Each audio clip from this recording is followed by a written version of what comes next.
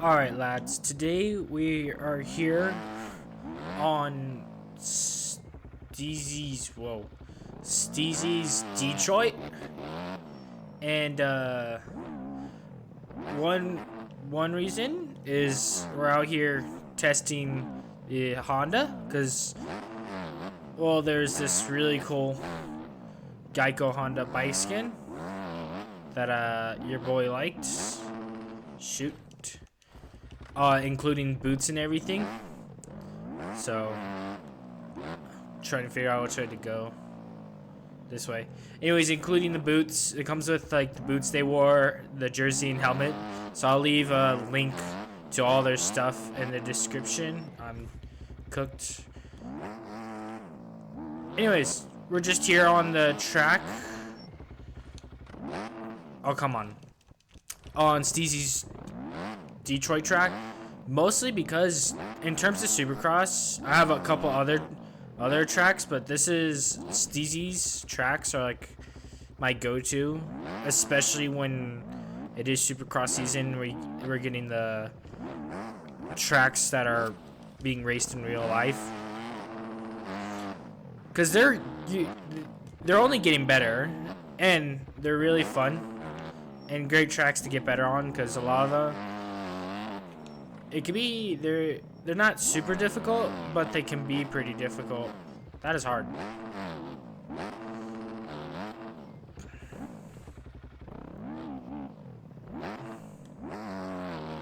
Anyways, yeah, we're just gonna run a couple of laps on this track, I guess, see how I feel on the Honda, because, I haven't really been playing the game too much, so when I came back and I saw the Honda skin, I was like, might as well give it a try. Haven't tried it at all, so I was like, might as well. That is a weird entrance. Oh wow, I survived. These are probably gonna be one of his harder whip sections, just by the look of it.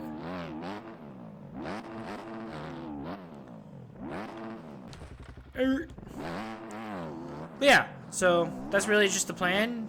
Run some laps. I guess I'll talk about the track once I do the little laps. Right now the scaling's nice.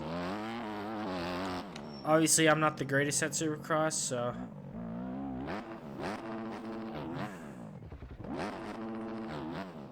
especially on a new bike. I do have a setup, so don't worry, I'm not going what was that?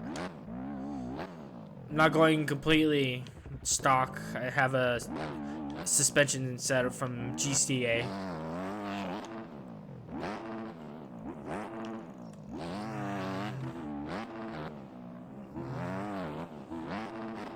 Little wheel tap there. You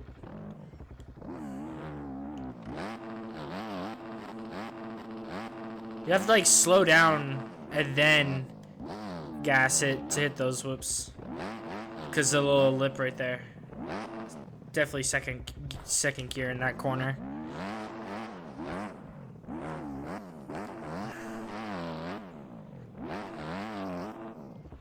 Oh, shoot. Yeah, this is definitely going to be one of his more technical tracks, I could just tell.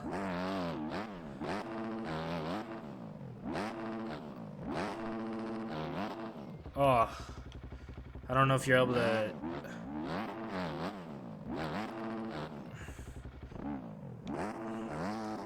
Don't know if you're able to. What's it called? Triple that with that line.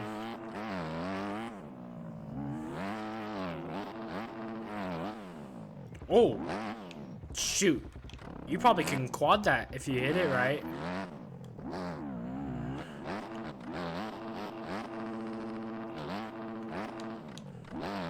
Shift down a second gear this time and tuck the front end. Guess what? Because Barbosa has weird physics and refuses to fix them.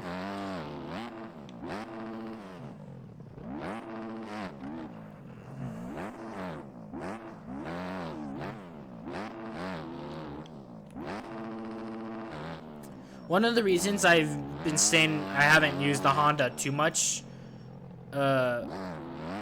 is just because it's felt heavy, but recently it hasn't been feeling too bad. But you know, that's why we're here testing, and it's not doing terrible. It's not super used to it, but that might just be me. But it's getting the job done. That was me. I fully gassed into that corner for some reason.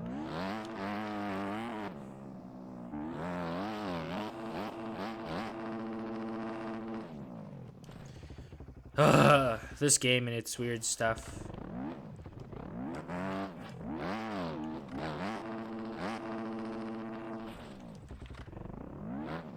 I don't know what causes that.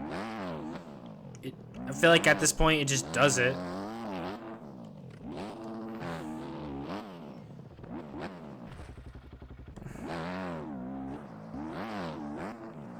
This staying section is difficult, to be honest.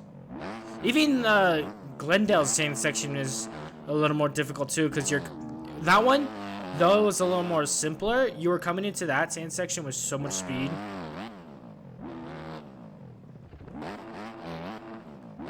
Oh, you could totally triple that.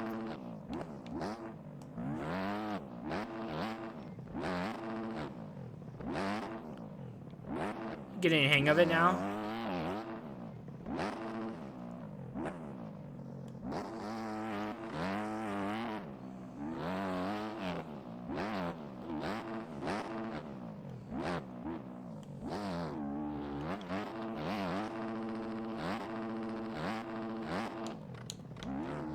That was better.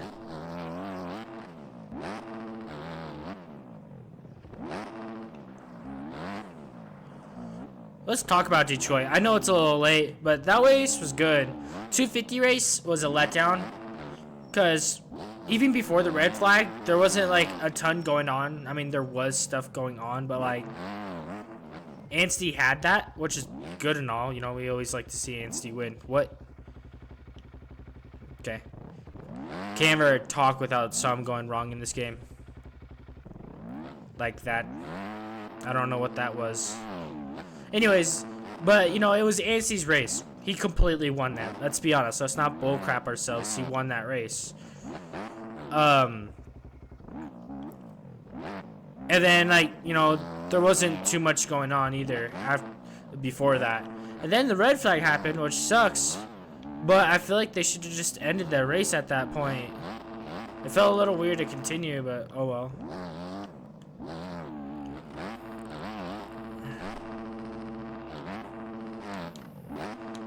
And then, so yeah. So they get restarted. And, of course, you know, it's hard to defend 3 guys right behind you and stuff like that. And Levi ends up getting the win. Which, you know, I guess good to him and stuff, but I don't know. In my opinion, like, he didn't really deserve the win. He got beat straight up. Anstey was faster than him and everything during the whole race. So, and then on top of that, this is what bugged me the most. So Levi makes the pass, aggressive pass, all to him. He knows what he's doing, fair square. Anstey has the inside, and then just lets Levi go. Like, he had the inside to make the same type of aggressive pass that Levi did, but didn't. He just kind of let Levi go, which I don't get. Everybody, I don't know. Everybody's so soft in my opinion. I watch a lot of old racing, and I know I'm younger, so I did miss a good chunk of the. You know, I am a younger dude. I was born 2005, so I missed the late 2000s mostly and stuff. But even going up to like 2017, like the racing was different. People weren't afraid to bump and stuff. But I feel like nowadays, everybody's so afraid to simply touch. But the thing is Levi did it because he was going for the win. He did the aggressive pass, and then Max Anstey just didn't when he had every right to. You know, a perfect example was Jason Anderson and Chase Sexton. They were going at it. You know, Chase Sexton tried to go up on the inside. Jason Anderson was able to get back around. And then Jason Anderson, you know, we all know El Hombre, but you know, when you get into the thing like that, he's not afraid to come back at you and stuff. And then people do the same. You know, they're not like that's also with Chase. Like both him and Chase were riding each other aggressive. But then at the end of the day, they're like, you know, that's how they were riding and stuff against each other. But it's not like they were actively going out like fighting each other and stuff. But you only see that with people like Jason Anderson and Barsha. But Barsha hasn't been fast enough to be up in front and stuff. And I'm not talking the aggressive level of like Vince Freezing at sometimes, but like I'm just saying, like a perfect example of like how people used to race is back in 2011, I believe, and everybody knows this for the most part. But when Tomac and Dean Wilson when Tomac was on Geico in the 215, Dino was on the Pro Circuit Kawasaki back then in 2011. To the 53, Jared Brown. For Sipes. Ryan Sipes out front. Yeah, oh, and look at Wilson to the inside of Tomac. Wilson on the 15, Tomac right there. Oh! Tomac stands it up on the front wheel. Unbelievable. Puts it right into second place. We're only half lap in. This is what we want to see. Is there some traction? Find the pressure to Dean and see what can come up. Hello, Here he comes. Here he comes. Right to the inside. Who's going to have the line to the corner? Tomac. And then there's contact. Front wheel to rear wheel. Protect his line. Yeah, protect his line right there. Now watch. Oh, it's open. Here he comes. Right back inside and off the track goes Tomac. He's got to get back on quickly. Wow. Wow. Can you believe that he got back on the track? He turned on the wood. On the wood, accelerated on the wood, and then got back on the track in the middle of the triple. That's sketchy. And with the Rockstar logos on to take. Tomac is so fast through the end of the stadium right there. Here he comes. Eli, will he Here go we inside? Here he comes. He's right there. Big contact. Down goes Wilson, face first into the dirt. And he gets up holding his shoulder. The championship points lead has changed. How will he do it? Can Wilson battle back through it? When they were racing each other, Dino makes an aggressive pass on Tomac, and then Tomac races, gets back in front of gets back to the behind the side of Dean Wilson, and then in the same corner that Dean made the aggressive pass on, what's it called? On the aggressive pass on Tomac. Tomac cleans out Dean Wilson. I don't think Tomac was probably trying to fully clean him out, but you know, he was going in there with the intention like, hey, you got me, I'll get you back. But nowadays everybody's so soft to make any kind of aggressive pass for the most part, beside the older guys. You know, Cooper Webb, like we saw yesterday, he was willing to make that aggressive pass for the win. But you only see that. I feel like the newer guys just feel so like it's like looked down upon, even though people say rubbing is racing, but then act like it's a sin, like you're in the wrong every time you make an aggressive pass. And I'm not saying clean people out, but you know, don't be afraid to stand people up, because you just don't really see that too often. Oh my gosh. Or you get like criticized for making aggressive passes and stuff. At least that's just my opinion, though, you know, because you used to see, you know, like that used to be a a viable race nowadays. But like, if you're one that does make aggressive passes, you're always looked down upon. And a perfect example is Jason Anderson.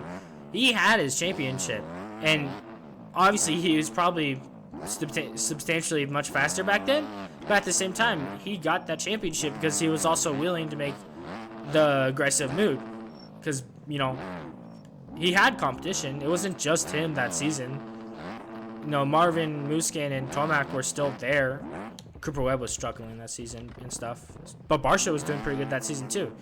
But like, beside him being fast, he was also consistent, and then also the one willing to make the aggressive move for the win. But nowadays, I feel like people would rather just let the guy pass him and be fine with it. And a perfect example of that is Anstey having every possibility to get in front and make that block pass, even though it would be an aggressive block pass for the win. But you know, he didn't, because you know the backlash people get for making aggressive passes is ridiculous.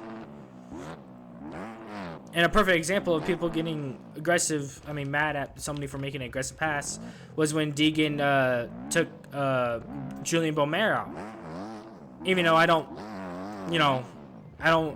you never assume that, because this is just the person I am. I never assume that people are going in to hurt people.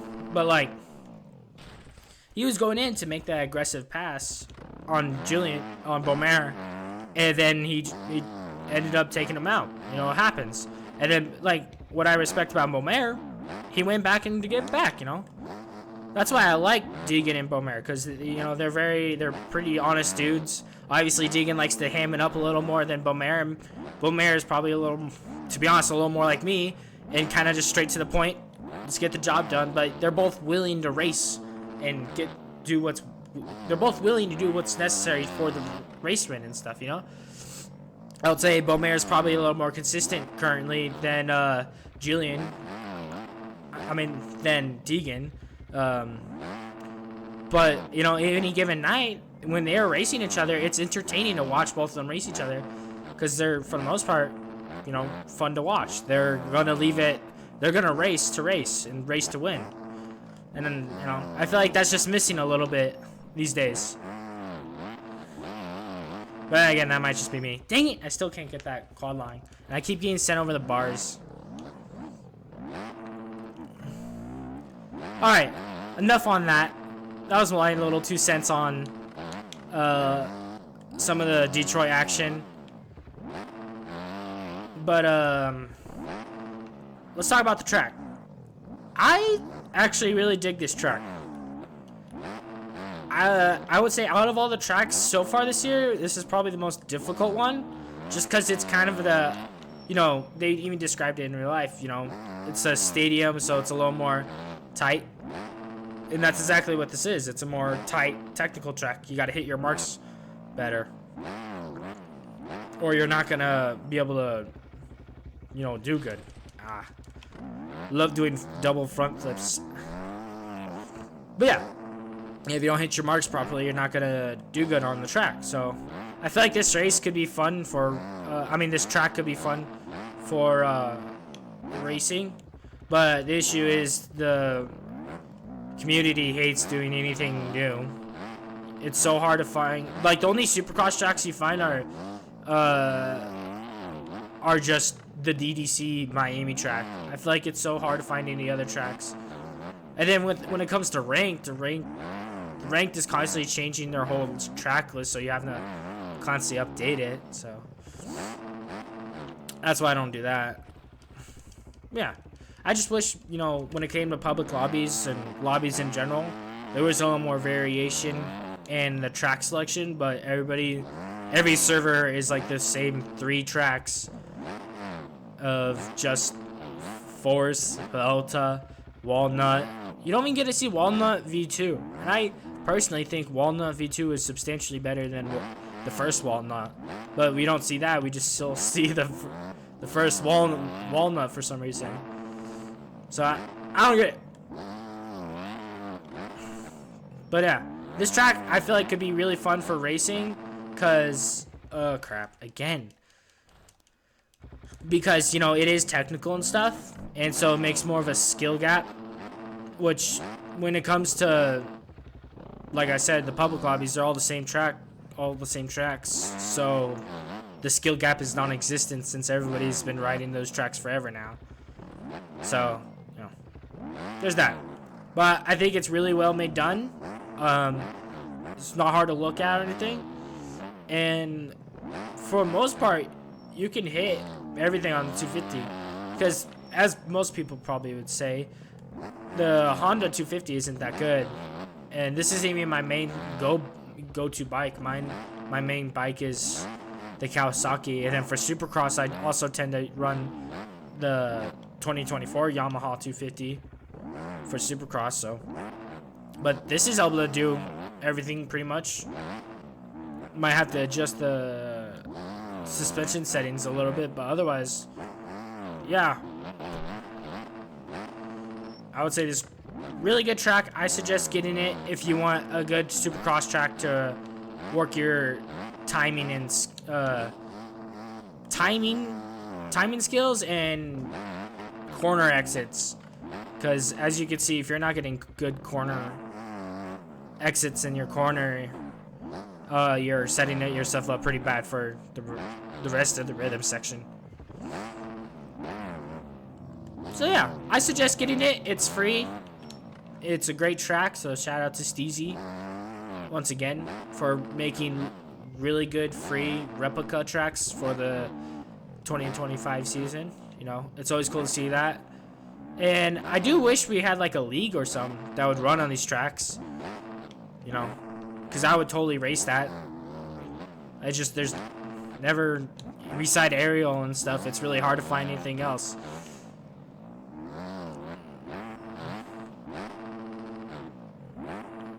Yeah, you know, so I suggest getting it. I would say it's a quality track. And then what else? Oh, you know,